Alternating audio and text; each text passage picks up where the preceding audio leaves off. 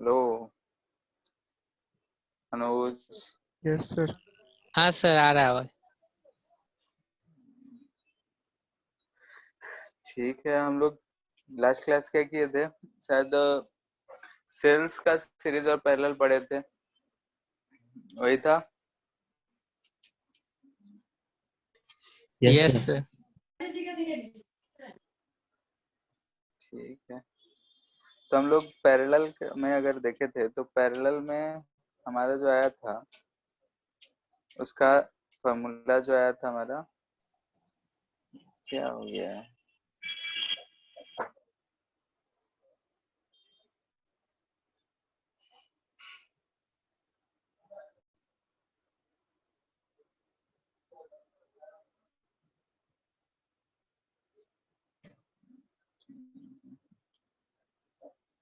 ठीक है, हम लोगों ने देखा था कि करंट इलेक्ट्रिसिटी में सीरीज और पैरेलल में, तो पैरेलल कॉम्बिनेशन में हम लोग देखे थे, पैरेलल कॉम्बिनेशन ऑफ सेल रहेगा अगर, तो जो हमारा ई इक्विवेलेंट आया था वो आया था हमारा E1 by R1 plus E2 by R2 plus so on divided by 1 by R1 plus 1 by R2 plus so on. और R इक्विवेलेंट अगर हमको फाइंड करना था तो ये 1 बाई R इक्विवेलेंट लिख रहे थे और ये हो रहा था 1 by R1 plus 1 by R2 plus so on ऐसे। ठीक है, और अगर हम इसमें बोले थे कि अगर ऐसे कनेक्शन रहे कि कुछ को अगर हम चेंज कर दें, यानी कि उसका पोलरिटी चेंज कर दे, तो हम साइन के साथ इसमें पुट करेंगे। ठीक है, तो वही पॉइंट्स कुछ रिगार्डिंग अगर देख रहे हैं तो एक चीज और देखे थे कि if n equal cells are connected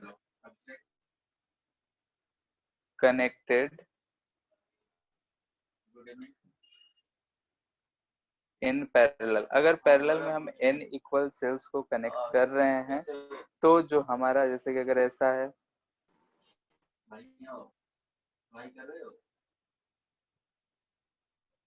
ठीक है, ऐसे ही और हम n तक जोड़ दें तो ये अगर हमारा सब E है, सब R है, ये भी E R E R, तो E इक्विवेलेंट जो आया था हमारा E के बराबर ही आया था और R इक्विवेलेंट आया था R बाई N। यानी कि हम इसको कैसे लिख सकते हैं कि एक ऐसे बैटरी से रिप्लेस कर सकते हैं जिसका EMF E हो और रेजिस्टेंस R बाई N हो। ये चीज हो गया था। अगर हम बात करते हैं, क्वेश्चन से करते हैं, ठीक है, क्वेश्चन सॉल्व करते हैं। ठीक है, पहला सवाल ऐसा है कि हमको दो बैटरी दे रखा है और बैटरी को कनेक्ट किया है, यानी कि एक ऐसा दे रखा है,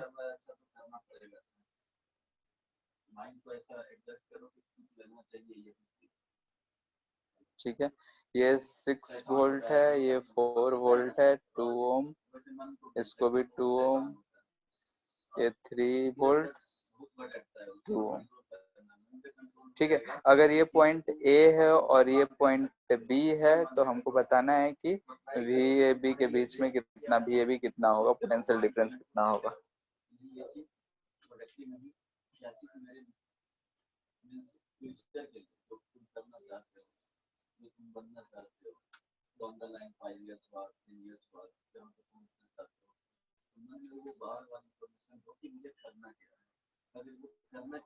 जल्दी से सॉल्व करो।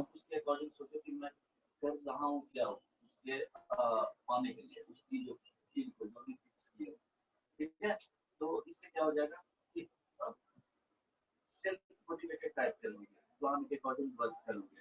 आ रही बात समझ में? मैं तो रोज को सुबह उठ के क्या होगा कि याद दिलाना पड़ेगा कि मुझे करना क्या है। डेली का प्लान तुमको बनाना होगा कि इस पूरे दिन में 10 आवर्स पढ़ते, 5 आवर्स पढ़ते हो, जितना भी हो, 7 आवर्स, 5 आवर्स तो फिक्स रखना चाहिए, उतना पढ़ना चाहिए डेली। तो क्या उतने टाइम में क्या क्या कंप्लीट करना है, उसके अकॉर्डिंग प्लान बनाना है। और इवनिंग होते ही या हो गया क्या फर्स्ट वाला? जाने से पहले बोलो। देखो, फर्स्ट वाले को हम कैसे रिप्लेस कर सकते हैं कि अगर फर्स्ट वाला है इसको हम ऐसे बना सकते हैं कि ये हमारा बैटरी है तो इसको हम ऐसे ही रहने दिए। इन दोनों का इक्विवेलेंट हम यहाँ पे लगा सकते हैं और ये आर इक्विवेलेंट होगा। तो ई इक्विवेलेंट देखो, इन दोनों का अगर हम ई इक्विवेलेंट फाइंड करना चाहेंगे तो क्या मिलेगा हमको? ठीक है, इसका अगर हम ई इक्विवेलेंट फाइंड करना चाहते हैं तो ई इक्विवेलेंट मिलेगा 6/2 प्लस 4/2 डिवाइडेड बाई 1/2 प्लस 1/2 यानी कि 1। ठीक है, चलो लिख ही देते हैं। तो आ जाएगा 3 + 2 6 वोल्ट, यानी कि यहाँ पे ये था हमारा 3 वोल्ट 2 ओम, ये आ जाएगा 6 वोल्ट 2 ओम। ठीक है, ये आ रहा है हाफ हाफ 1, यानी कि 1 का ये तो 1 ओम आएगा। तो अगर हम इसका अगर हम फिर से इक्विवेलेंट निकालना चाहेंगे तो फिर से इक्विवेलेंट निकालेंगे तो 6 3 9 वोल्ट, क्योंकि दोनों सीरीज में है, और 2 1 3 ये हो जाएगा। वैसे ही ये भी सवाल है, इसको सॉल्व करो।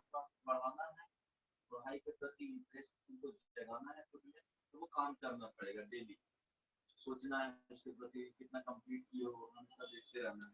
तो लास्ट क्लास में बताओ, जो भी प्रीवियस क्लास में क्या डिस्कस किए थे बताओ।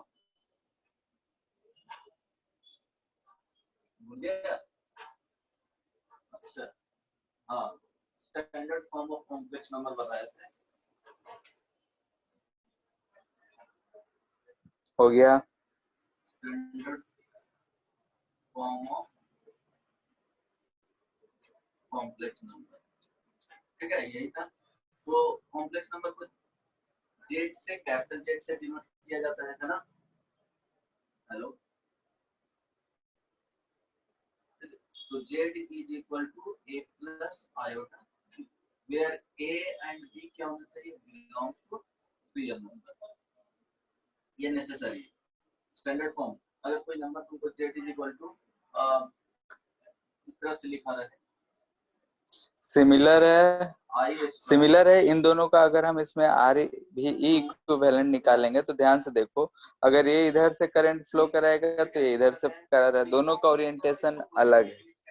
तो अगर हम 10 वाले को प्लस मान रहे हैं तो इसको मानेंगे माइनस, तो 4/2 आएगा, डिवाइडेड बाई 1/2 प्लस 1/2, यानी कि आ जाएगा हमारा 5 - 2, यानी कि 3/1, यानी कि 3 वोल्ट। और ये प्लस आ रहा है, यहाँ पे प्लस आ रहा है, यानी कि जिधर 10 को माने हैं उधर ही आएगा। और आर इक्विवेलेंट दिख रहा है 1/2 प्लस 1/2 का रेसिप्रोकल, यानी कि 1 ओम। तो हम इसको क्या बना सकते हैं, ऐसा लिख सकते हैं, ये 6 वोल्ट, ये 1 ओम पहले से था, और इसका देखो ये 3 वोल्ट आया है, लेकिन किसकी डायरेक्शन में, 10 की डायरेक्शन में। तो 10 की डायरेक्शन में आया है तो हम उस वैसे ही प्लस आया है तो वैसा ही लिखेंगे, और ये आ जाएगा हमारा 3 वोल्ट और 1 ओम। तो ये हमारा क्या मिल रहा है, देखो इसमें ये और ये दोनों का पोलैरिटी अपोजिट है, लेकिन 6 वाला जो है डोमिनेट करेगा इस 3 वोल्ट से, तो ये ऐसा बचेगा। और रेजिस्टेंस तो दोनों का सीरीज में है तो 2 ओम हो जाएगा, और ये बचेगा 3 वोल्ट। तो ये चीज हमारा बैटरी बन गया। चूंकि करंट सब में 0 है, तो अगर ए बी के अक्रॉस का पोटेंशियल पूछा जा रहा है तो 3 वोल्ट ही पोटेंशियल होगा। ऐसे से सवाल आएंगे सीरीज और पैरेलल के, तो हमको सॉल्व कर लेना है। एक ऐसा सर्किट पूछा जाता है मिक्स्ड कॉम्बिनेशन, ठीक है, यानी कि इसमें सीरीज और पैरेलल। तो इसमें एक स्टैंडर्ड जो हम लोग को पढ़ना है वो ये है, इमेजिनरी पार्ट वाले को वो एक जगह कर लेंगे, दोनों को क्लब कर लेंगे, रियल पार्ट को एक वन प्लेस पे एंड इमेजिनरी पार्ट को आयोटा का ही, जो भी इमेजिनरी पार्ट है वो उस प्लेस पे चला जाएगा आयोटा के साथ। ठीक है, तो a1 + a2, ठीक है, ऐसा दिया रहेगा हमको। ये जो टर्म्स है n टर्म्स है, ठीक है, यानी कि n बार e और r r जोड़ा गया है, और इधर जो है सारा जो है जो पैरेलल में है ये m टाइम्स है, यानी कि n जो है वो आपस में सीरीज में है और m जो है आपस में पैरेलल है। तो इसको हम कैसे सॉल्व करेंगे, तो सबसे पहले हम क्या करेंगे कि इसको सीरीज वाले को सॉल्व कर लेंगे। तो सीरीज वाले को अगर हम सॉल्व करेंगे तो हमको ऐसा मिलेगा कि एक एक कैसा हमको मिलता जाएगा, ठीक है, जिसका एक का हो जाएगा n इंटू ई और ये हो जाएगा रेजिस्टेंस n इंटू आर, और ये कितने टर्म्स होंगे तो m टर्म्स होंगे, ऐसे ऐसे बहुत सारे होंगे m टर्म्स, यानी कि m पैरेलल लाइंस होगा। अब इसको m पैरेलल लाइंस है तो इसको अगर हम सॉल्व करने जाएंगे तो हमको जो बैटरी मिलेगा वो मिलेगा n ही, क्योंकि अभी हम लोग ऊपर देखे थे कैसा आता है, और जो रेजिस्टेंस होगा वो हो जाएगा एन आर बाई एम। अब ये पॉइंट हमारा ए और बी था, तो इस चीज को हम लोग बोलते हैं मिक्स्ड सर्किट या मिक्स्ड कॉम्बिनेशन। नाउ मान लेते हैं कि इसी चीज को हम किसी एक बैटरी से, बैटरी बोल रहे हैं, किसी एक्सटर्नल रेजिस्टेंस से जोड़ते हैं। ये रेजिस्टेंस एक्सटर्नल आर है, ये हमारा एन ई है और ये एन आर बाई एम है। तो इसमें जो करंट बहेगा हम उसको आराम से बता सकते हैं कि ये जो करंट होगा इस केस में वो होगा पोटेंशियल डिफरेंस जो भी बैटरी होता है उसका डिवाइडेड बाई आर इक्विवेलेंट, यानी कि एन आर बाई एम। यहाँ एन क्या था तो एन था number of cells in series, n क्या है तो number of cells in series, and m क्या था तो सच m पैरेलल लाइंस, यानी कि ऐसे ऐसे m पैरेलल लाइंस थे, वो चीज को रिप्रेजेंट करता है। तो ये चीज आया हमारा करंट, यानी कि अगर ऐसा दिया रहा तो हम ऐसे करंट फाइंड कर सकते हैं। पहले हम इक्विवेलेंट E फाइंड करें, फिर R इक्विवेलेंट फाइंड करें, और इसको सर्किट में जैसा दे रखा है वैसे हम सॉल्व कर लिए। तो यहाँ से हमको I मिला। इतना में किसी कोई दिक्कत बोलो। इसमें 3 भी आएंगे तो जैसे नॉर्मली हम लोग मल्टीप्लिकेशन करते थे उसी तरह से यहाँ भी करना है। सर थोड़ा ऊपर स्क्रॉल कीजिएगा ना। और यहाँ पे आ जाए कौन सा में बोलो 1 प्लस 5/1 और और डिस्कनेक्ट हो गया तो वही देख रहे हैं। अच्छा ठीक है, देखो जैसे कि हम मिक्स्ड कॉम्बिनेशन का बात करे थे तो मिक्स्ड कॉम्बिनेशन में n जो है n बैटरी को हम सीरीज में जोड़े हैं और वैसे वैसे m लाइंस को जोड़े हैं, तो इसको सॉल्व कर रहे हैं।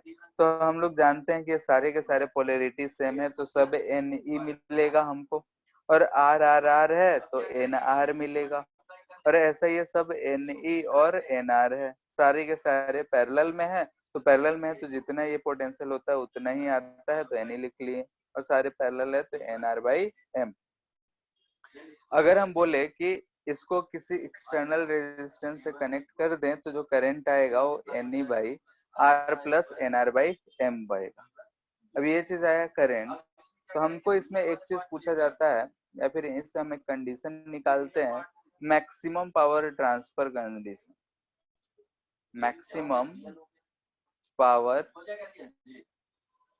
ट्रांसफर कंडीशन, यानी कि हम इसके लिए इसलिए निकाल रहे हैं क्योंकि मिक्स्ड है, सब कुछ दे रखा है इसलिए, तो इसके लिए जो आएगा वही सबके लिए वैलिड होगा।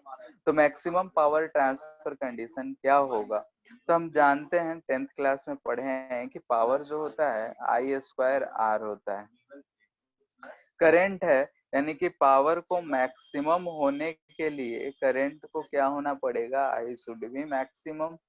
ओके, R तो R है, फिक्स है। I को अगर हम कम बढ़ा सकते हैं तो I के ही रिस्पेक्ट में हम चेंज कर सकते हैं। तो अगर इसमें हम I मैक्सिमम कर दें तो हमारा पावर मैक्सिमम हो जाएगा। तो यहाँ से हमको दिख रहा है कि I जो है वो है Ne by R plus NR। इसको थोड़ा सा चेंज किए तो यहाँ पे M और ऊपर भी M आ गया, जोड़ दिए एलसीएम लेके और M को ऊपर भेज दिए, तो ऐसा कुछ आ रहा है। अब इसका हमको मैक्सिमम वैल्यू चाहिए, ठीक है, इसका मैक्सिमम वैल्यू चाहिए, तो हम इसमें कैसे चेंज कर सकते हैं। तो हमने बचपन में एक चीज पढ़े थे हम लोग कि A² प्लस B² या फिर ऐसे लिखते हैं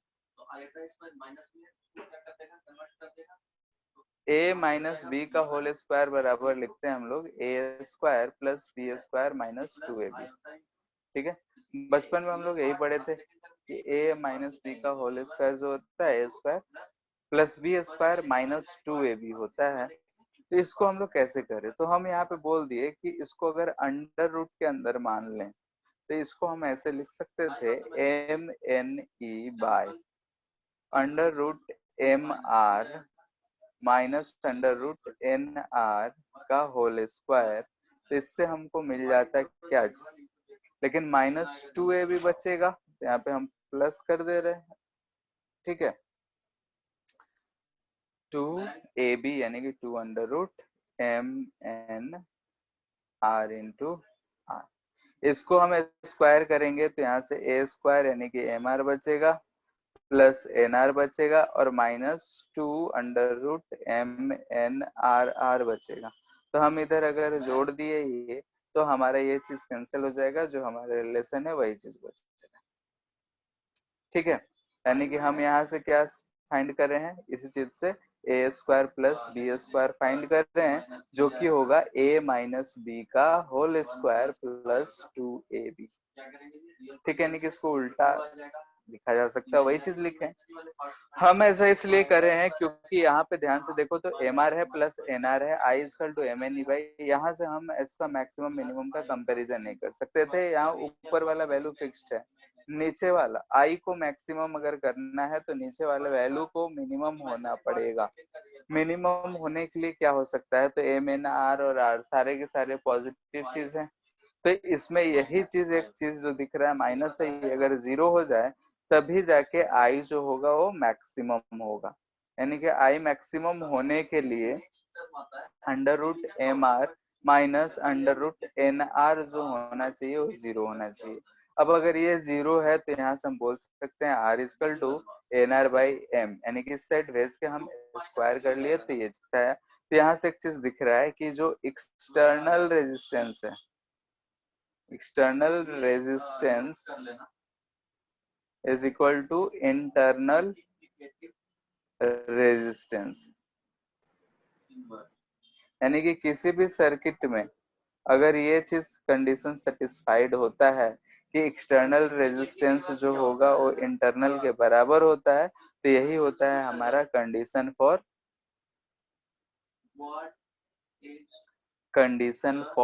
मैक्सिमम पावर ट्रांसफर। कभी कभी क्वेश्चन में जो होगा भयंकर सा सर्किट दे रखा होगा, एक बैटरी दिया होगा, उसका इंटरनल रेजिस्टेंस होगा, बोलेगा कि इसका इक्विवेलेंट रेजिस्टेंस पता करो ताकि जो है इस सर्किट का मैक्सिमम पावर ट्रांसफर हो। तो हमको बाकी सब सर्किट छोड़ के इंटरनल रेजिस्टेंस फट से निकाल के उसका आंसर दे देना है, ठीक है। तो यहाँ से हम लोगों ने देखा कि अगर कोई सेल है तो सेल को हम सीरीज में कनेक्ट कर सकते हैं, पैरेलल में कनेक्ट कर सकते हैं, दोनों चीज में हमारे पास फॉर्मूला पता है। और ध्यान रहे कि हम पोलैरिटी को माइंड में रखते हुए जोड़ रहे हैं, हर केस में हमको पोलैरिटी को ध्यान में रखना है। जैसे यहाँ पे पोलैरिटी अलग अलग था, दोनों का करंट बहाने का ओरिएंटेशन अलग था, इसलिए यहाँ पे हम माइनस यूज करें, यहाँ पे सेम है तो हम प्लस यूज करें।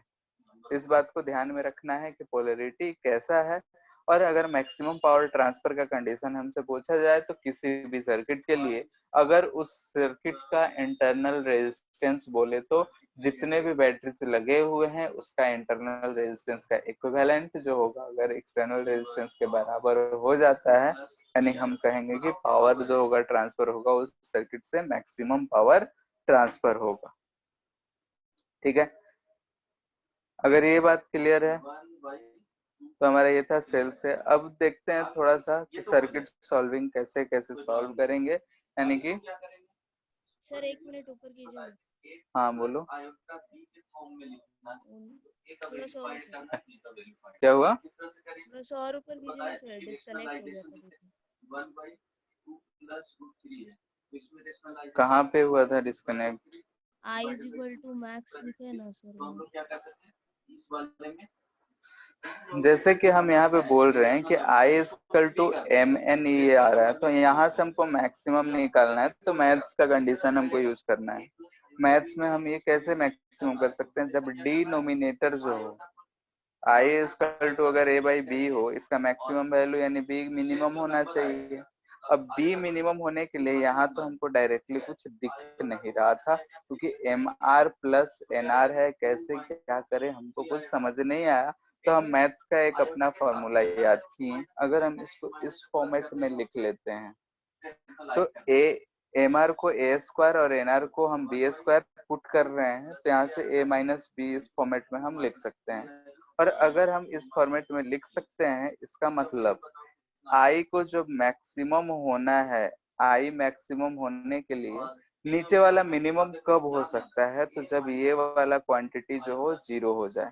अब ये क्वांटिटी जीरो, इसका मतलब ये चीज हुआ, यानी कि इंटरनल रेजिस्टेंस और एक्सटर्नल रेजिस्टेंस आपस में बराबर हो गए, तभी ये जीरो हो रहा है। और उस कंडीशन में जो है हमारा जो पावर ट्रांसफर हो रहा है वो मैक्सिमम हो रहा है। तो हम कह सकते हैं फॉर अबव सर्किट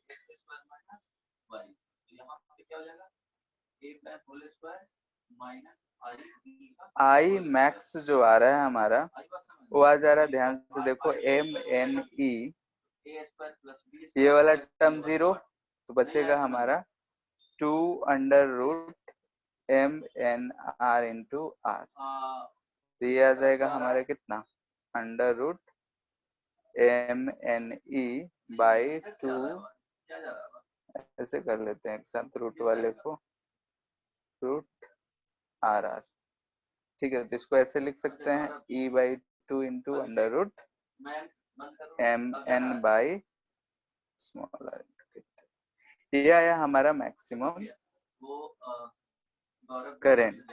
अगर मैक्सिमम करंट है तो पावर मैक्सिमम इस केस में क्या होगा, तो आई मैक्स का स्क्वायर इंटू जो हमारा रेजिस्टेंस है एक्सटर्नल, क्योंकि पावर हम सप्लाई का ही बात करते हैं मोस्टली, तो जो सप्लाई होगा वो एक्सटर्नल रेजिस्टेंस में होगा, तो इससे कर लेंगे, तो ये आ जाएगा हमारा E square by 4 into M N by R into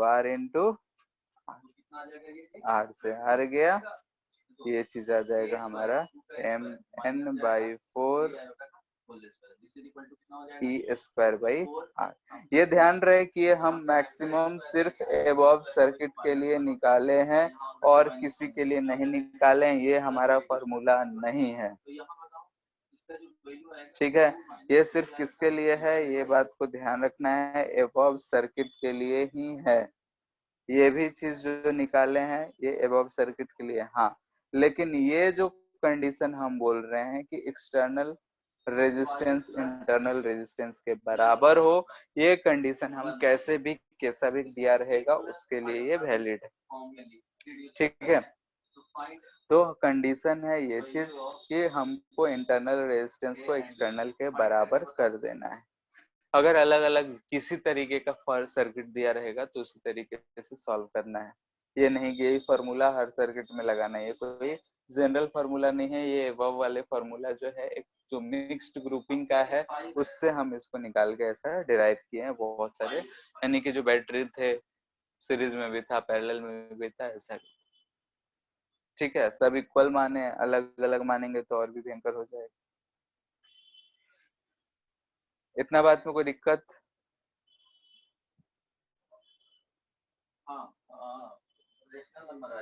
बोलो।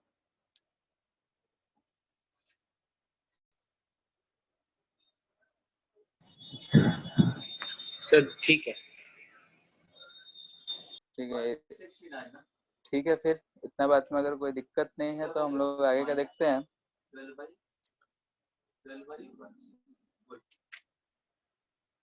ठीक है, मेथड्स ऑफ सॉल्विंग।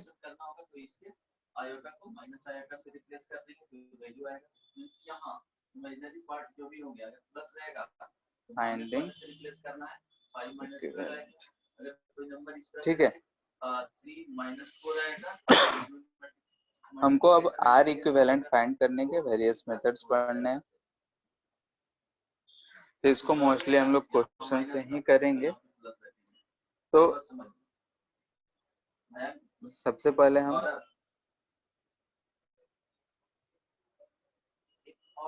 एक क्वेश्चन दे रहे हैं, ठीक है, इसको सॉल्व करना है।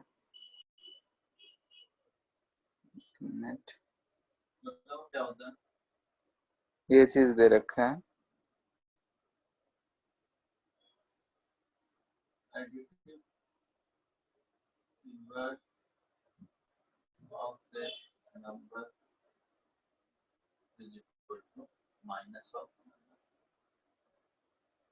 ये 9 वोल्ट का बैटरी है, ये 6 वोल्ट का बैटरी है, ये 3 ओम है, ये भी 3 ओम है, ये 2 ओम है और ये 1 ओम है। ठीक है, हमसे पूछा जा रहा है आई अक्रॉस 1 ओम रेजिस्टर। ठीक है, इसके क्रॉस में, रेजिस्टर के क्रॉस में आई कितना होगा ये बताना है, यानी कि इस सर्किट में ये अगर आई हमसे पूछा जा रहा है ये क्या होगा। ठीक है, सॉल्व करो। एक सवाल है हमारा जेई 2015 का। कितना होगा बताओ?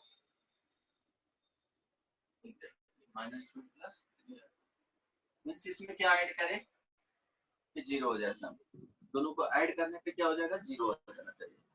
अदरवाइज माइनस ले लो, जो वैल्यू आएगा माइनस से मल्टीप्लाई कर लो, वही जो वैल्यू आएगा फाइनली वो हो जाएगा additive inverse of given number. Good, next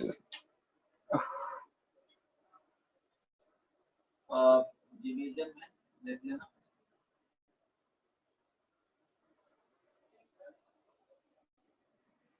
five plus 12 iota हो गया।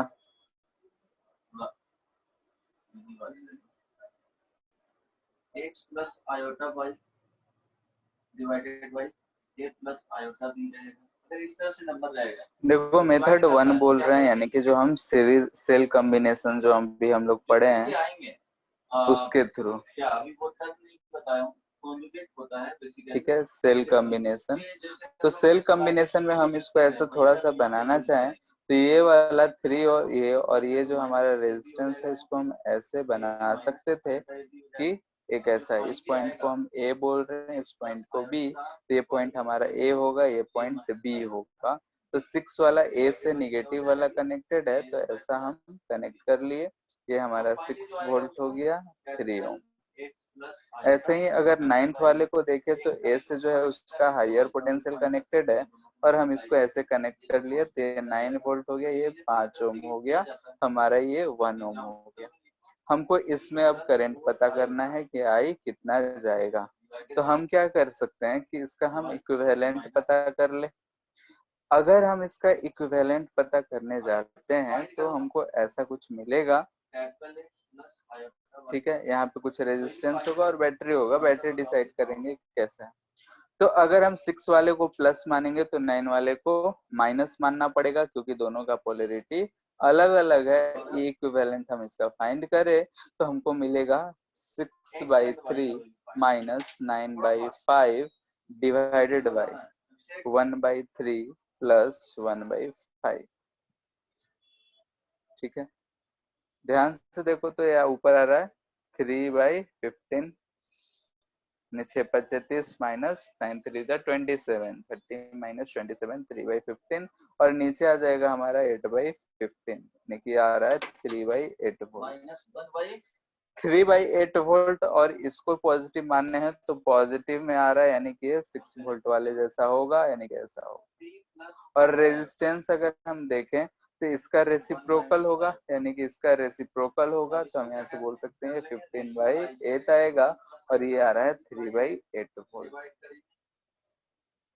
तो यहाँ से अगर करंट हमको पता करना है तो I बराबर होता है वोल्ट, यानी कि 3/8 डिवाइडेड बाई 1 प्लस 15/3, 15/8, तो 8 कैंसिल हो जाएगा और ये आएगा 3/23 एम्पियर। ठीक है, तो करंट जो हमारा आ रहा है इतना आ रहा है। इस मेथड में अगर किसी को भी कोई दिक्कत है तो पूछ लो। इसमें हम कुछ भी नहीं किए हैं, दोनों जो हमारे बैटरी वाले कनेक्शन थे वो भले ही ऐसे कुछ भी कैसे भी डिजाइन में दे रखे हो, हम इसको इस फॉर्मेट में अपना ड्रॉ कर सकते हैं, और ड्रॉ कर लिए तो हम उसका इक्विवेलेंट पता कर लिए, आई पता कर। ठीक है, अगर इसमें किसी को क्यों किए, कहाँ किए, कैसे किए, किसी भी बात में दिक्कत है तो पूछ के अपना डाउट खत्म करो। सर ये नीचे वाला में 5 ओम कैसे होगा? ये वाला देखो यहाँ हाँ पे, जैसे कि ये 3 था और ये 2 था, अगर हम इस ब्रांच को देखते हैं तो यहाँ पे दोनों आपस में किस में है, सीरीज में है या पैरेलल में है?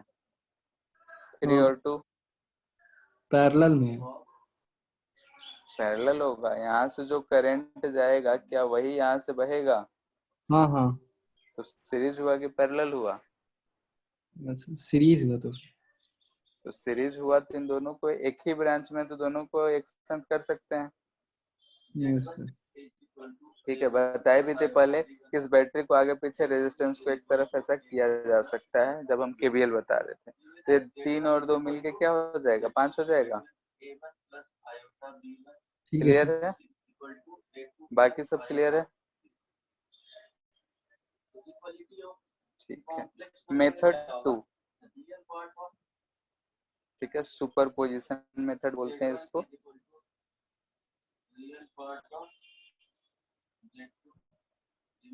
ठीक है, इसको बोलते हैं हम लोग सुपरपोजिशन मेथड।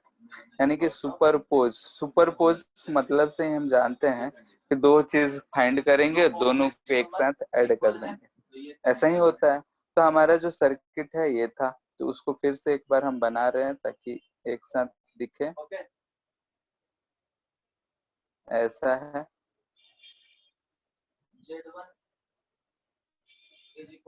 ये 2 3 9 वोल्ट,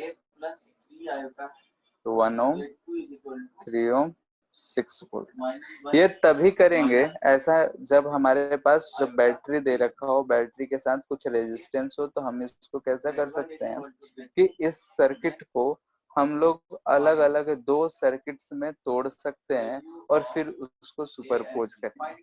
यानी कि यहाँ पे ऐसा एक सर्किट दिख रहा है, यानी कि इसका इफेक्ट इसमें कुछ होगा, इसका इफेक्ट कुछ इसमें होगा, यानी बीच वाले ब्रांच में, इस वाले में दोनों का इफेक्ट कुछ ना कुछ होगा।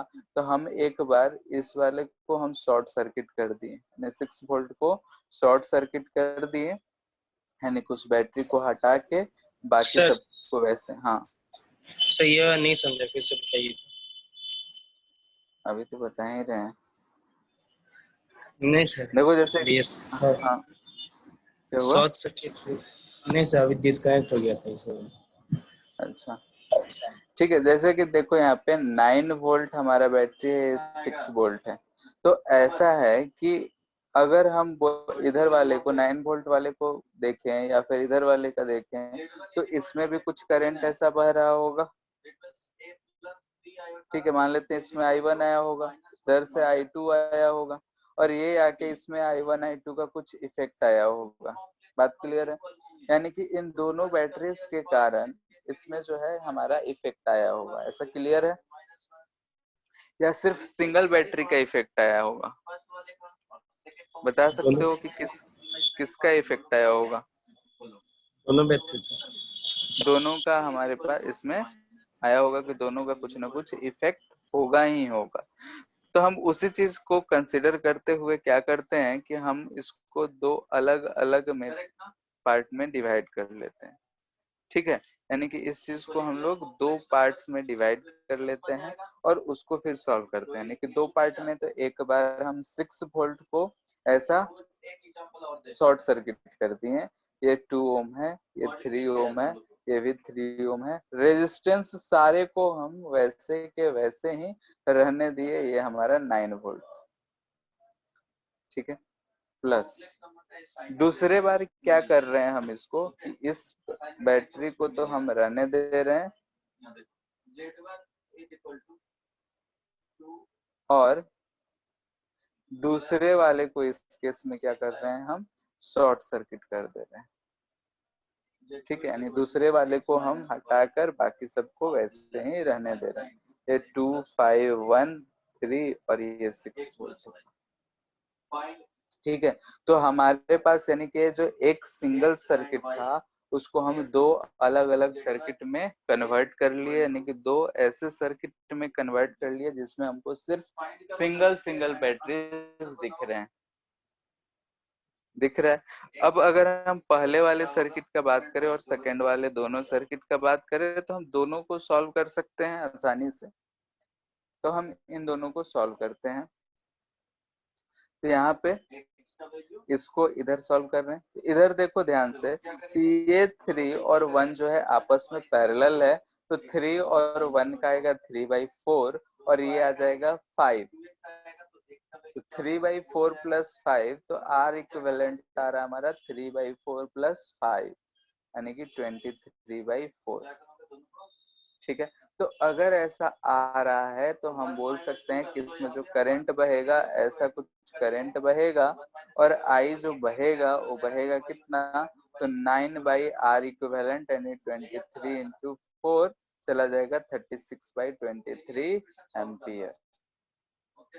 ठीक है, अभी ये आई आके इसमें कुछ I1 जाएगा और इधर कुछ I2 जाएगा। तो अगर हम यहाँ पे I1 फाइंड करेंगे, तो I1 फाइंड करेंगे तो हम पहले ही जानते हैं कि I जो होता है ऐसे केसेस में इनवर्सली प्रोपोर्शनल टू R होता है, और इस केस में अगर हमको I1 लिखना होता है तो लिखते हैं R1/R2/R1 plus R2 into I। तो इसी चीज को यूज करते हुए हम I1 लिख रहे हैं। हमको सिर्फ 1 ओम वाले से हमको 1 ओम वाले में ही करंट चेक करना है, इसलिए हम सिर्फ उसी का कंसिडर कर रहे हैं। और I1 जब लिखेंगे तो क्या लिखेंगे, देखो 3/3 प्लस 1 4 इंटू 36/23 यानी क्या जा रहा है 27/23 एम्पियर। ठीक है, ये हमारा फर्स्ट पार्ट था जो हम सॉल्व करना चाह रहे थे, जिससे रिगार्डिंग है। सेकेंड पार्ट के लिए अगर हम आर इक्विवेलेंट सॉल्व करें तो देखो 5 2 7 और I के साथ पैरेलल में है, ये हो जाएगा 7/8 प्लस 3 दिख रहा है, तो ये आ जाएगा कितना आ जाएगा, 5 2 7 है तो 7 इंटू 1/8 और 7/8 प्लस 3 24 7 31/8 ओम, यही आ रहा है। इस केस में अगर हम I पता करें, यानी कि इसको हम I डैश बोल दे रहे, इसको I डबल डैश, तो इस केस में जो I बह रहा होगा वो इधर से ऐसा बह रहा होगा। ठीक है, यानी कि ये I डबल डैश ऐसा बह रहा होगा। I डबल डैश तो 6/31 इंटू 8 आ जाएगा। अच्छा ये 3 था ना, 3 ही रहेगा, 3 2 5, तो ये आ जाएगा हमारा 5/6 18 23/6 एम्पियर। ठीक है, तो ये चीज आ जाएगा हमारा I इक्वल टू 6/23 इंटू 6 यानी कि इससे भी आ रहा है 36/23 एम्पियर।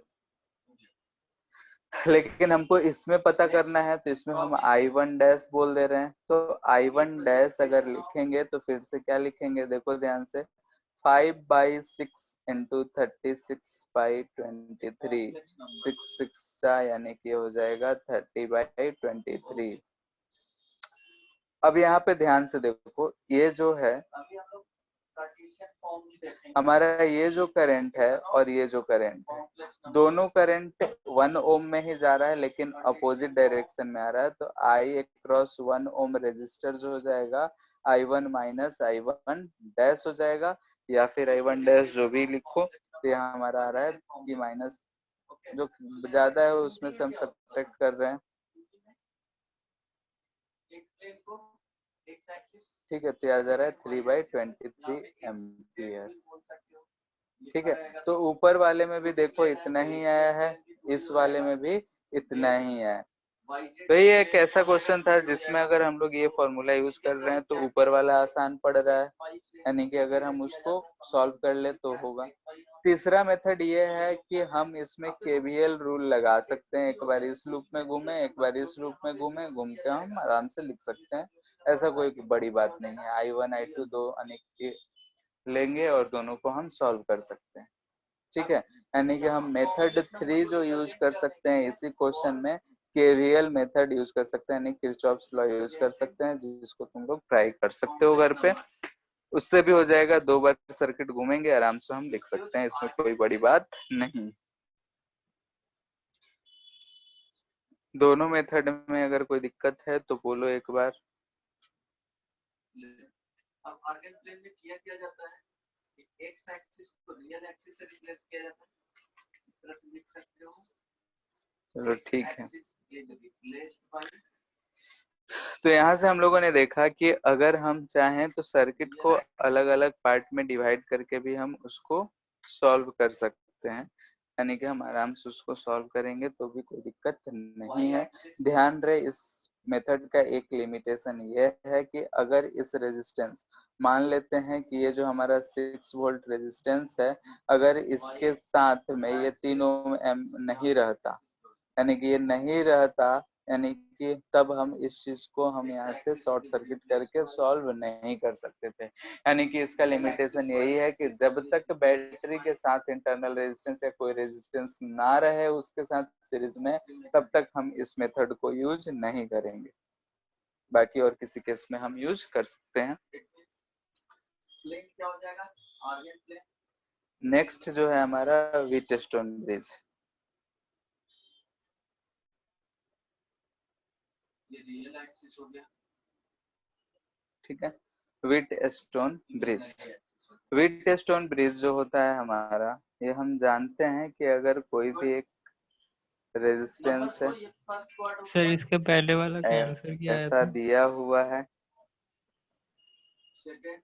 किसका 3/23 एम्पियर, अच्छा, फर्स्ट में भी उतना ही आया है 3/23 एम्पियर।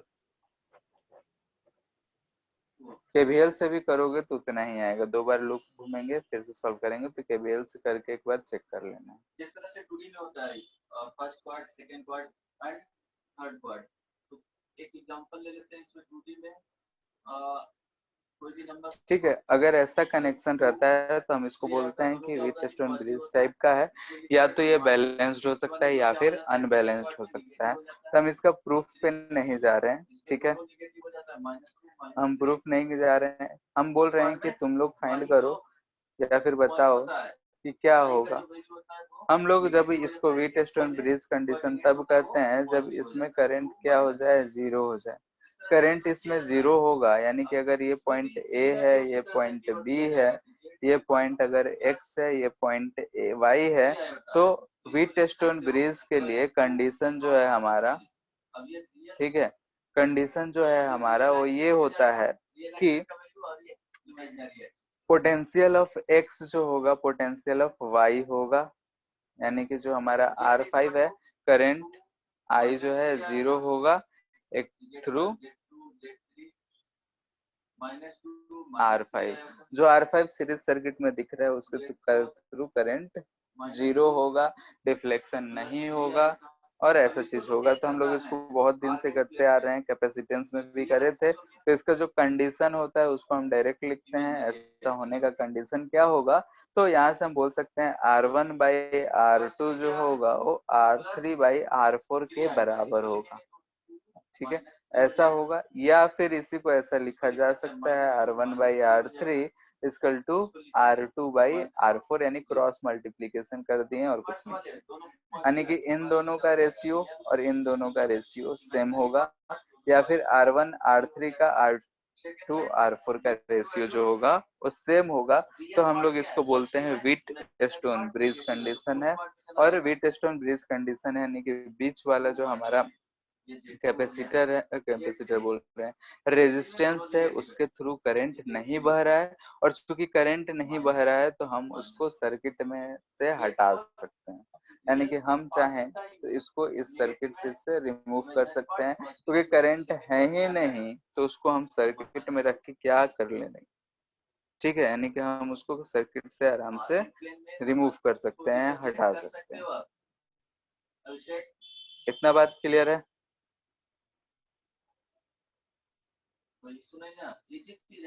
बोलो। Yes sir. ठीक है, तो कुछ क्वेश्चंस करते हैं।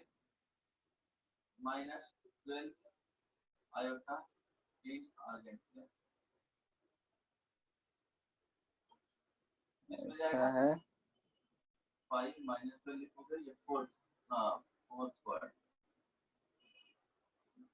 ए, ये पॉइंट बी है, ये 2 4 3 6 ओम है, ये हमारा 5 ओम है। ठीक है, आर ए बी क्या होगा?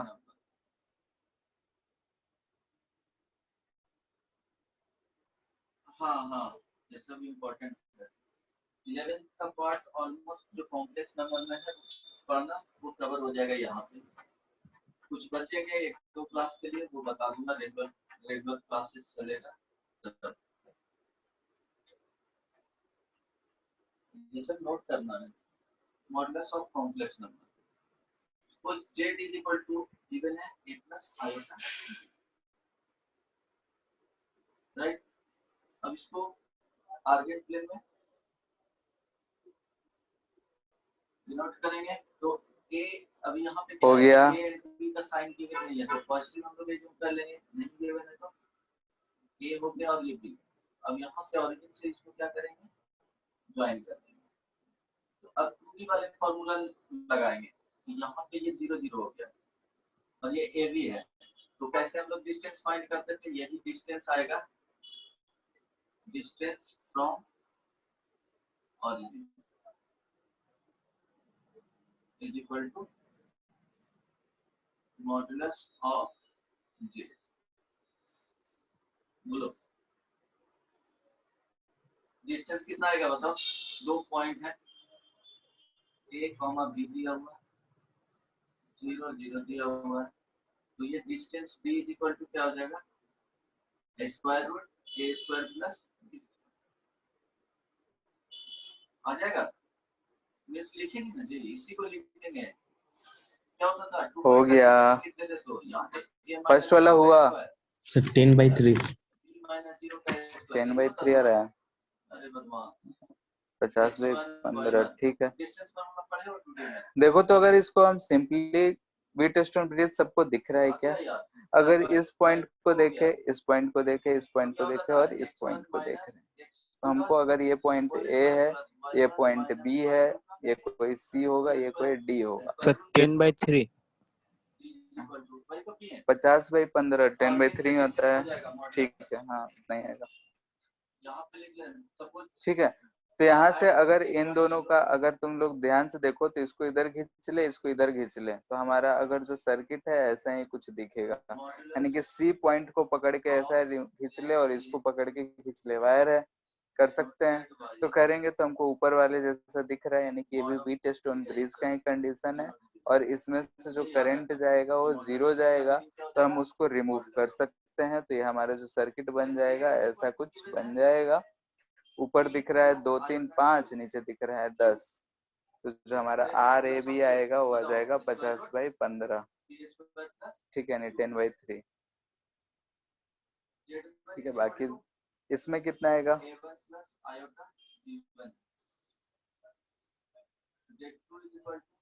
R/2 R/2, ठीक है। बोलेगा कि Z1 माइनस Z2 का होल मॉडुलस फाइंड करो, ये Z1 प्लस Z2 का होल मॉडुलस, तो क्या इसमें करोगे कि बताओ,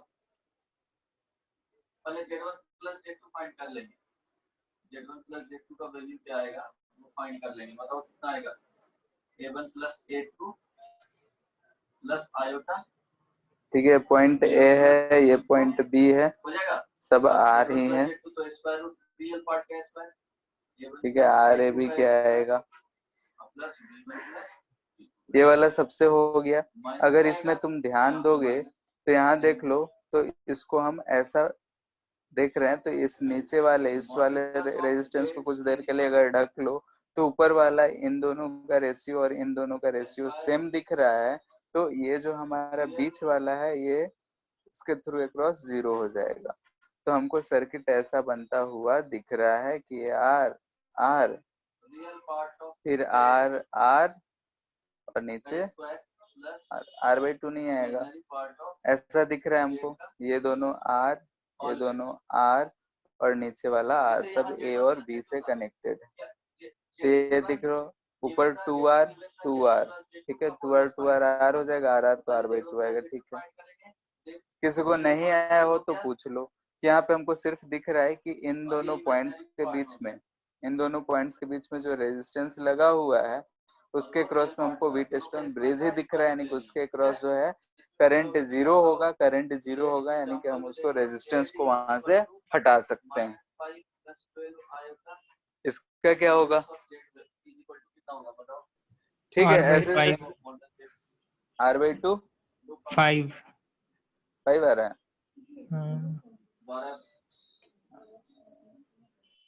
अच्छा ठीक है, बीच में R है, ठीक है। ये दोनों पॉइंट तो हमारा B ही हो गया और ये दोनों पॉइंट B ही हो गया। इसको रिप्रेजेंट कर देते, ये B, ये B। इसको चाहो तो फिर से ड्रॉ कर लो, इधर B है तो इधर B, इधर A है तो इधर A। ये दोनों पॉइंट्स हमारे अलग होंगे, C और D। इधर हम कहीं C रख रहे हैं, इधर कहीं D रख रहे हैं। तो सर उसका भी तो ए ही है ना, सी नहीं होगा। अच्छा, देखिए तार जुड़ा हुआ है, सारा का अच्छा, पोटेंशियल डिफरेंस ए बी है। अच्छा हाँ, ये A ही होगा और ये B होगा, ठीक है। रेजिस्टेंस नहीं है तो पोटेंशियल सेम ही होगा, ठीक है। तो A तो फिर क्या हो जा रहा है, ये B से A, B से A, B से A, B से A, B से A, सारा B से A दिख रहा है। हम नहीं बना रहे हैं फिगर, टाइम पास है। तो R इक्विवेलेंट कितना जाएगा?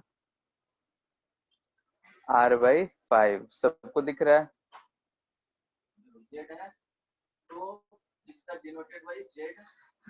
ठीक है। तो एक चीज और ध्यान रखना है कि कहीं भी अगर हमको 5 रेजिस्टेंस दिखते हैं तो सबसे पहले व्हीटस्टोन ब्रिज चेक करना होता है, और व्हीटस्टोन ब्रिज अगर सेटिस्फाई कर जाए तो काम आसान हो जाता है। जैसे क्वेश्चन दे रहे हैं, जल्दी से सॉल्व करके बताना है इसको।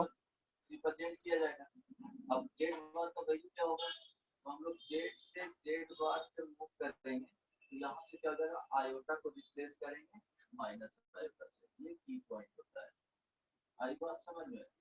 सिर्फ और सिर्फ only change iota by, only change iota by minus iota for z to z conjugate 6 ohm 3 ohm 4 ohm 8 ohm. इसी तरह से मूव करेंगे, जेड से जेड कॉन्जुगेट पे जाए या जेड कॉन्जुगेट से जेड पे आए, ठीक है। आयोटा को माइनस आयोटा और बीच में है ये 2 ओम ऐसा कनेक्टेड है, ये है 10 वोल्ट। यहाँ से करंट आई कितना जा रहा होगा, वो कितना आई कितना जा रहा होगा वो बताना है। और z is equal to -5 plus 12 iota है, 12 आयोटा। बताओ क्या वैल्यू होगा जेड कॉन्जुगेट का? Abhishek, -5 -12 z is equal to 5 15/7 root -1। R equivalent कितना जा रहा है? बताओ 14/3 14/3 8 6 14 into 7/21 14/3 सबका इतना ही आ रहा है। Yes sir.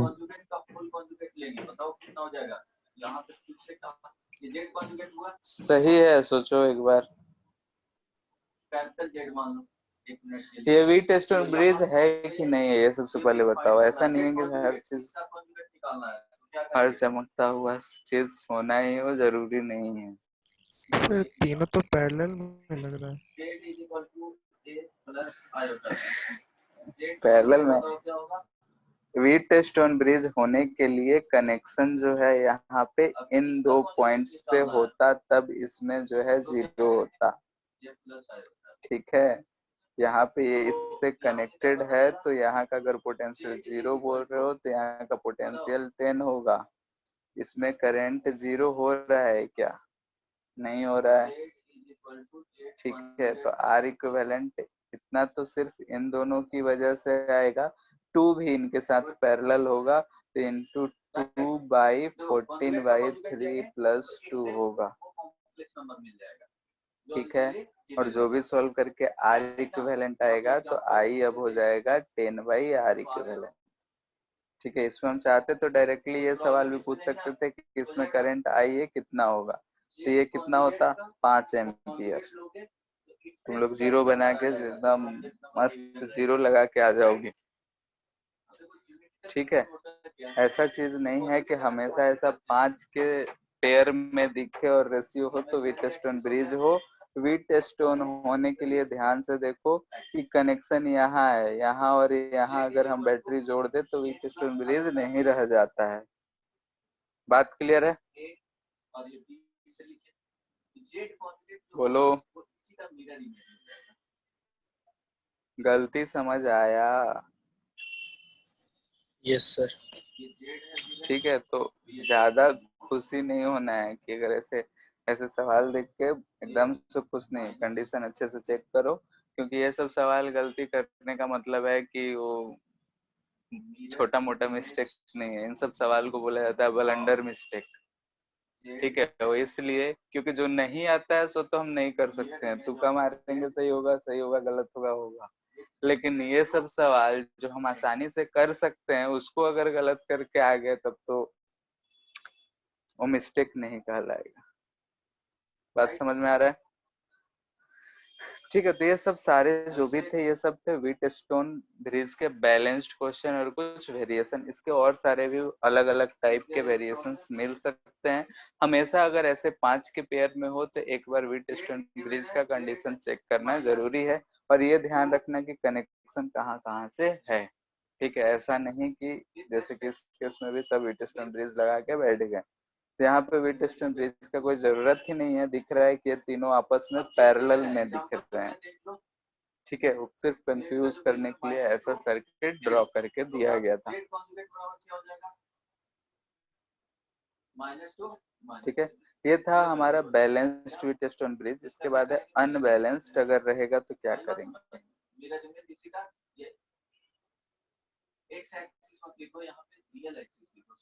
ठीक है, इसका कोई भी उपाय नहीं है, इसमें हमको KVL KCL से खेलना ही पड़ता है। तो वैसे ही एक क्वेश्चन दे रहे हैं जी सा, यहाँ पे y को रिप्लेस कर देते हैं इमेजिनरी एक्सिस से, राइट। ठीक है, ये 1 1 और इसको कितना ले लिया जाए, टाइम हो गया 1 2 इसको 1। ठीक है, यहाँ पे अगर हम देख रहे हैं तो रेशियो जो है हमारे जो आया रहा था वैसा में नहीं आ रहा है, लेकिन हमसे बोला जा रहा है कि भाई बताओ कि इसका R इक्विवेलेंट कितना होगा। ठीक है, तो ये तो है हमारा अनबैलेंस्ड व्हीटस्टोन ब्रिज, और इसका हमको R इक्विवेलेंट पता करना है। तो अगर R इक्विवेलेंट पता करना है तो कैसे करेंगे, बोलो तुम लोग। कैपेसिटर में हम लोग सेम चीज करे थे। 1 + I होगा, बताओ इसका कॉन्जुगेट क्या होगा। सबसे पहले क्या काम करते हैं, इसको किसी बैटरी से कनेक्ट कर देते हैं। ठीक है, बैटरी से कनेक्ट कर दिए भी तो R इक्विवेलेंट जो आएगा, अगर इसमें से हम बोल रहे हैं कि I करंट जा रहा है तो इधर से कहीं से I1 कुछ गया होगा, I2 गया होगा, और R इक्विवेलेंट जो आ जाएगा हमारा V/I आएगा। ठीक है, अगर I हम बोल रहे हैं करंट बहा है तो इसी मेथड को यूज करते हुए हम V/I का वैल्यू निकालते हैं और बोलते हैं कि यही हमारा R इक्विवेलेंट। अगर हम ऊपर वाले सर्किट को देखें तो इसको I1 + I2 भी लिख सकते हैं, क्योंकि I जो होगा वो I1 + I2 के बराबर होगा।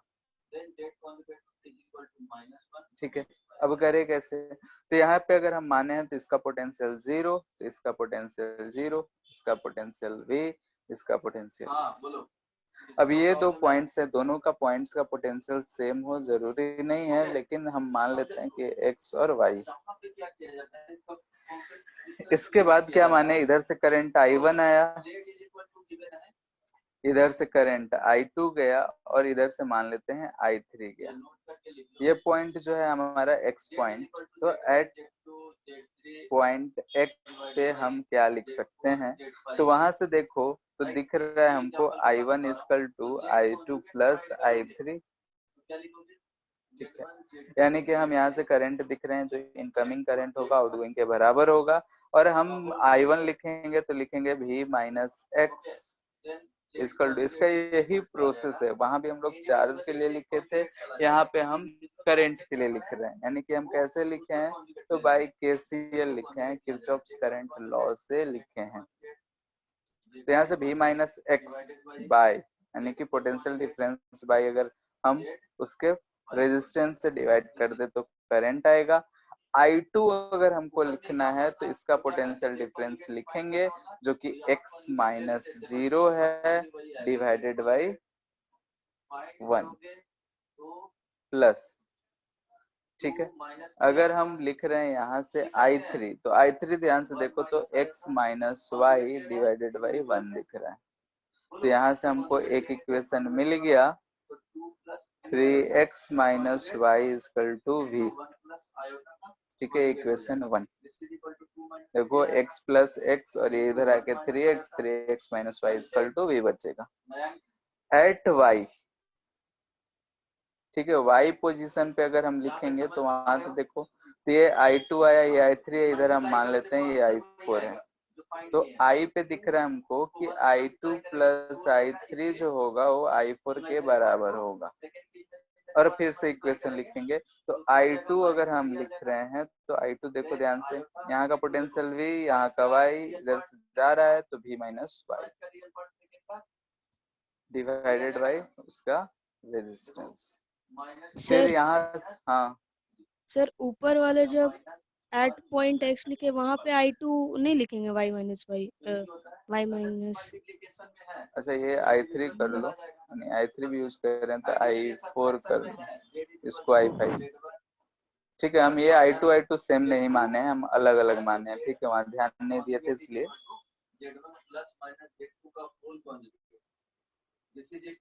ठीक है, अलग माने हैं हम, ध्यान नहीं दिए थे, यस ठीक है। तो अगर हम यहाँ पे लिख रहे हैं तो ये I4 हो जाएगा, I3 और ये I5,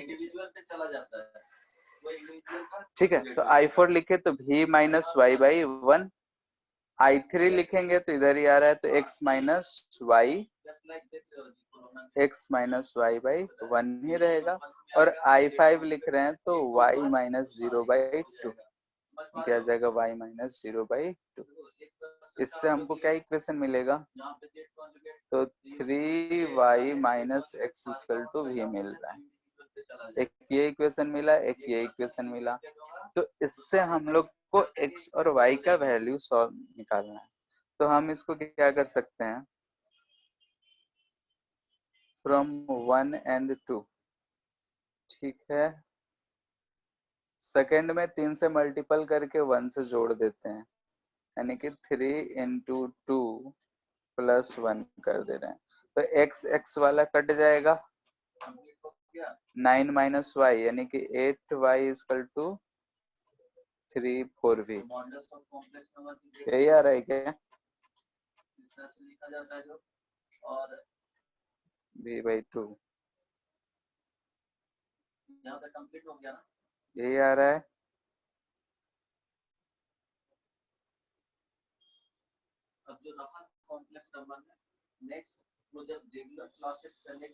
यस सर, इक्वेशन सही लिखे तो हैं कि v बाई 2, तो x भी v बाई 2 आ जा रहा है। इसको अगर यहाँ पे रखेंगे तो 3v by 2 minus v by 2 आ रहा है, ठीक है, देखते हैं, ठीक है। तो x का वैल्यू आ जा रहा है हमारा माइनस v बाई 2, इसमें हम पुट कर लिए तो 3v बाई 2 माइनस v करेंगे तो 2v v बाई 2 ही आ रहा है।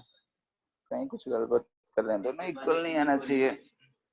सर इक्वेशन ही गलत है, वो वाला सेकंड वाला। अच्छा क्या आ रहा है, अच्छा हाँ इधर y बाई 2 है, ठीक है, इधर y बाई 2 है, इधर से 2y आएगा, तो y by 2 plus 2y minus x equal to v, ये बचेगा ना। ये हो जाएगा हमारा कितना, बेचारे 5y minus 2x equal to 2v, ये आ रहा है। ठीक है, पढ़ना है ना। अच्छा, अब हटा दिया। अच्छा अच्छा, तो यहाँ से x और y का वैल्यू कितना आ जा रहा है, सॉल्व किए क्या? ठीक है, तो ये कवर करना है, 3 क्लासेस में कवर हो जाएगा, कंप्लीट कर दूंगा। जल्दी से सॉल्व करके बताओ। ऐसा लिख लेते हैं 5y minus 2x equal to 2v, और ये है 3x तो क्या करें, सेट सब पढ़ के खुद से पढ़ लोगे कि कंटिन्यू करें? Minus y plus 3x equal to v। ठीक है, यही चीज दो इक्वेशन से आया है, तो हम इसमें क्या कर रहे हैं कि तुम लोग का ट्री को स्टार्ट कर देंगे, 5 से मल्टीपल करके जोड़ दे रहे हैं। ठीक है, तो 5 से मल्टीपल करके जोड़ेंगे तो ये y कैंसिल, ये 15 माइनस 2 13x, और ये हो जाएगा 5v प्लस 2 7v, यानी कि x आ जा रहा है हमारा 7v बाई 13। ठीक है, और x का y का वैल्यू अब हम पता कर लेते हैं, तो y का वैल्यू किसी में एक में पुट कर देते हैं, तो y इक्वल टू दिख रहा है कि 3x माइनस v है, यानी कि हो जाएगा हमारा 21v बाई 13 माइनस v। कहाँ पे इसको लिंक कर रहे हो? अच्छा, फिर से वही आ रहा है, अभिषेक 7v बाई 13। सर हाँ 8v बाई 13। असाइनमेंट मिल जाएगा, उसको कंप्लीट करना। अच्छा 21 है तो 8 होगा ना। कुछ पूछना है? ठीक है 8v बाई 13 आएगा। क्या? ये ऊपर नीचे करने में यही सब गड़बड़ होता है, इसलिए एक साथ दिखते रहता है तो ठीक रहता है। ठीक है, तो यहाँ से अब हम लोग को क्या निकालना है, I1 एंड I4, क्योंकि I1 प्लस I4 जो था I था, तो I1 अगर हम लिख रहे हैं तो देखो यहाँ से या तो हम I2 प्लस I5 करके, यहाँ से भी I आ रहा है, तो जो भी चीज निकालना है दोनों चीज हमारा सेम आएगा। तो यहाँ से आ रहा है v minus x by 1, v minus x by 1, यानी कि v माइनस 7v बाई 13, तो जगह 13 माइनस 7 3 3 6v बाई 13, और I4 अगर निकालते हैं तो v माइनस y बाई 1 है, यानी कि v माइनस 8v बाई 13, तो 5v बाई 13 हो जाएगा। तो जो हमारा टोटल I आ रहा है वो आ जाएगा 6 5 11v बाई 13, तो जो हमारा R इक्विवेलेंट है वो है v बाई I, यानी कि हम बोलेंगे इसको 13 बाई 11 ओम। ठीक है, यानी कि इसमें जो है प्रोसेस यही फॉलो करना है, इसमें और कुछ कर नहीं सकते हैं। या तो हम यहाँ पे KCL लगाए, ये थोड़ा आसान लगता है, दूसरा लूप घूम घूम के KVL भी तुम यूज कर सकते हो। ठीक है, यानी कि 3 लूप घूमेंगे, यानी कि एक ये वाला, एक ये वाला और एक ये पूरा, कैसे भी घूमू बहुत सारे लूप्स इसमें बनते हुए दिख रहे हैं, उसमें से I1 I2 को फाइंड करके हम लोग को यही चीज यूज करना होता है। हमको ये चीज मेथड अच्छा लगता है, KCL वाला, करंट जोड़ दिए, XY मान के XY सॉल्व कर लिए, तो इससे भी हम आराम से निकाल सकते हैं, इसमें हमको कोई झंझट नहीं लगता है। तो इसके लिए यही एक प्रोसेस है, यानी कि इन दोनों मेथड यानी KCL और KVL हमको यूज करना ही पड़ेगा। ये सवाल जो आता है बहुत कम ही आता है, मतलब 5% 10% ही आता है, तो ज्यादा टेंशन नहीं लेना है। हाँ एनसीईआरटी में दे रखा है एक्सरसाइज में, शायद क्वेश्चन नंबर 13 या 15 है, तो उसको एक बार ट्राई करना है, इसी बेसिस पे बनेगा। ठीक है, और एक क्वेश्चन और दे देते हैं, करके देखना होमवर्क के लिए।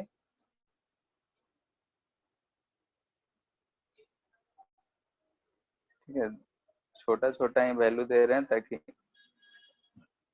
सॉल्व करने में हमको आसानी मिले। ठीक है, इसका आर इक्विवेलेंट पता करना है कि क्या होगा। ठीक है, ये होमवर्क है। और बाकी एचसी वर्मा को बनाओ, एचसी वर्मा बुक जो है उसको सॉल्व करो। और मॉड्यूल में बना रहे हो कि अभी होल्ड पे ही है? डाउट उट नहीं आ रहा है? नेक्स्ट क्लास में हम लोग शुरू करेंगे कि इसी से रिलेटेड, यानी कि सर्किट सॉल्व ही करना है, इक्विवेलेंट रेजिस्टेंस ही निकालना है, सिमेट्रिकल मेथड और कुछ कुछ मेथड होता है कि पैरेलल को कैसे डिवाइड कर ले, पैरेलल सिमेट्री, फिर फोल्डिंग सिमेट्री, जो जो सिमेट्री होगा वो सारी चीजें को हम लोग देखेंगे नेक्स्ट क्लास में। तो इससे रिलेटेड जो भी होगा इसको एक बार देख लेना। नेक्स्ट क्लास में तुम लोग का सिमेट्री खत्म हो जाएगा तो एक बार में हम क्वेश्चन देंगे पूरा इक्विवेलेंट वाला जो हमको सॉल्व करना है। ठीक है, ठीक है। फिर आज वाले में कहीं अगर और कहीं दिक्कत है तो एक बार पूछ लो। नहीं है? हम लोग को बोलने में पता नहीं क्या लगता है। चलो ठीक है,